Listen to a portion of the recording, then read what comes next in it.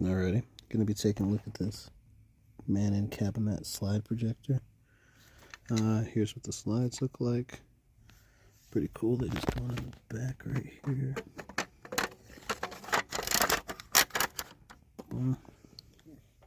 This guy locks them in.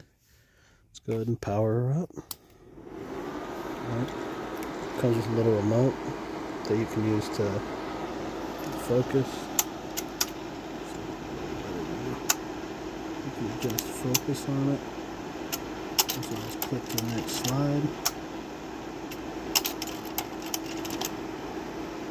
These pictures came with it.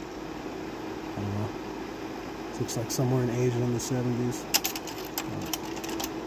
Yeah, let's see. Press button press. Switches the slide.